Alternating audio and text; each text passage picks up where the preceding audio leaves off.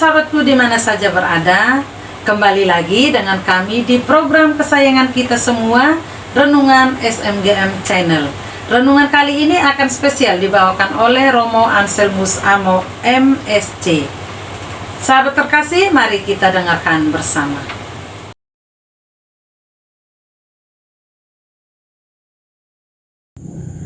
Dalam nama Bapa dan Putra dan Roh Kudus, amin. Saudara-saudara yang terkasih, salam jumpa dalam Renungan Live Spirit yang hari ini pada hari Jumat 28 April tahun 2023. Kita akan mendengarkan firman Tuhan dari Injil Yohanes pasal 6 ayat 52 sampai 59. Mari kita mendengarkan bersama-sama. Inilah Injil suci menurut Yohanes. Di rumah ibadat di Kapernaum, orang-orang Yahudi bertengkar antar mereka sendiri dan berkata, "Bagaimana Yesus ini dapat memberikan dagingnya kepada kita untuk dimakan?" Maka kata Yesus kepada mereka, "Aku berkata kepadamu, sesungguhnya jikalau kamu tidak makan daging anak manusia dan minum darahnya, kamu tidak mempunyai hidup di dalam dirimu. Barang siapa makan dagingku dan minum darahku, ia mempunyai hidup yang kekal, dan aku akan membangkitkan dia pada akhir zaman. Sebab dagingku adalah benar-benar makanan, dan darahku adalah benar-benar minuman. Barang siapa makan dagingku dan minum darahku, ia tinggal di dalam aku dan aku di dalam dia. Sama seperti Bapa yang mengutus aku dan aku hidup oleh Bapa, demikian juga barang siapa memakan aku akan hidup oleh aku. Akulah roti yang telah turun dari surga, bukan roti seperti yang dimakan nenek moyangmu, dan mereka telah mati. Barang siapa makan roti ini, ia akan hidup selama-lamanya." Semuanya ini dikatakan Yesus di Kapernaum ketika ia mengajar di rumah ibadat. Demikianlah sabda Tuhan. Terpujilah Kristus.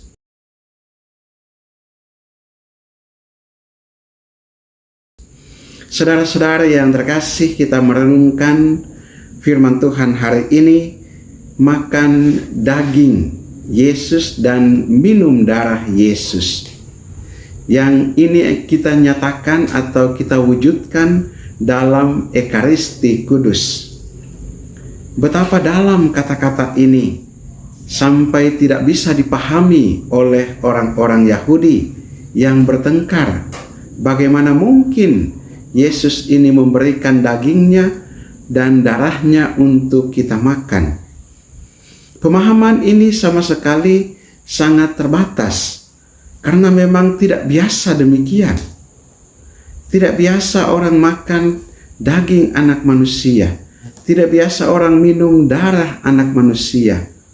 Sesama kita tidak bisa makan tubuh orang atau minum darah orang, karena itu seperti suatu kanibalisme. Tapi apa yang dikatakan Yesus ini, dan dalam pertengkaran di antara orang-orang Yahudi, Yesus berusaha menjelaskan sesuatu yang lebih dalam. Kalau kamu tidak makan daging anak manusia, makan daging Yesus dan tidak minum darah Yesus, kamu tidak mengambil bagian di dalam dia. Dan ini sungguh-sungguh suatu pernyataan yang apabila kita kaitkan dengan kelanjutan dari apa yang dikatakan Yesus, yaitu tentang roti hidup. Dialah roti yang telah turun dari surga. Dan di sini mau dikatakan bahwa makan daging Yesus dan minum darah Yesus ditandakan dengan roti. Roti yang turun dari surga. Dan ini bisa dipahami apabila kita mengimaninya. Inilah tanda yang kita nyatakan di dalam Ekaristi Kudus. Makan tubuhnya dan minum darahnya yang ditandakan dengan roti dan anggur yang kita persembahkan dalam Ekaristi. Dengan demikian, ketika Yesus menyatakan bahwa makan tubuhnya dan minum darahnya yang dinyatakan melalui roti dan anggur, dengan demikian ini sungguh-sungguh suatu tanda yang nyata, tanda yang sungguh-sungguh menunjukkan bahwa Yesus berubah rupa di dalam roti menjadi tubuh Kristus dan berubah rupa dalam anggur menjadi darah Kristus. Dan dengan makan tubuh Kristus dan minum darah Kristus, kita tinggal di dalam Yesus dan akan dibangkitkan pada akhir zaman. Betapa dalamnya makna Ekaristi ini, sehingga ketika kita sungguh-sungguh menghayatinya, ketika kita sungguh-sungguh mengimaninya, ketika kita sungguh-sungguh menyatu dengan Yesus dalam Ekaristi, maka kita memiliki jaminan akan hidup yang kekal itu. Karena itu Ekaristi menjadi kerinduan kita, dan bila perlu setiap hari, setiap saat diadakan Ekaristi, di situ kita ambil bagian. Karena semakin kita mengikuti atau mengambil bagian di dalam Ekaristi, semakin kita sering untuk makan tubuh Kristus dan minum darah Kristus, semakin kita memperoleh jaminan, semakin kita tinggal di dalam Yesus dan Yesus di dalam kita. Betapa luar biasa, betapa dalamnya makna Ekaristi ini, betapa satu kekayaan rohani yang begitu luar biasa dalam, kekayaan rohani yang tidak bisa ditandingi oleh apapun. Karena itu Ekaristi menjadi sumber, juga menjadi puncak dalam seluruh kehidupan umat beriman Kristiani Katolik. Karena dalam Ekaristi kita menyatu dengan Kristus sendiri. Satu hal yang tidak bisa dipungkiri, banyak mukjizat Ekaristi yang terjadi, yang sungguh-sungguh menggugah kita sekalian untuk semakin percaya kepada Yesus, semakin terlibat di dalam Ekaristi, bukan saja hanya hadir secara fisik, tetapi secara jiwa, rohani kita, sungguh-sungguh kita usahakan untuk ada dalam persatuan dengan Yesus di dalam Ekaristi Kudus.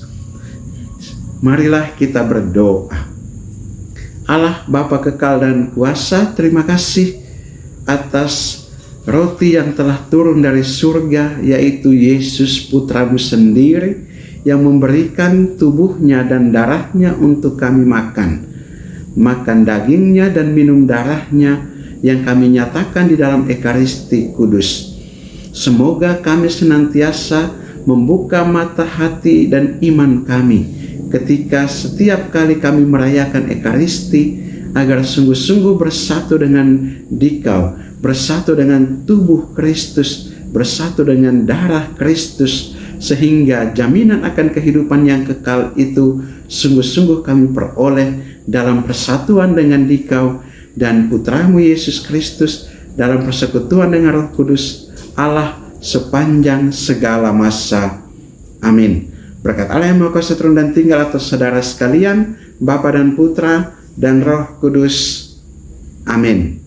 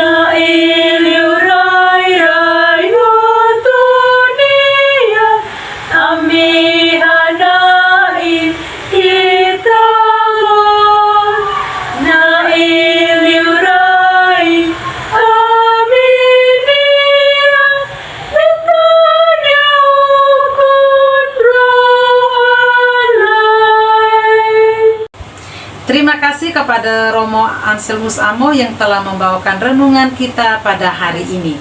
Sampai jumpa di renungan SMGM edisi berikutnya.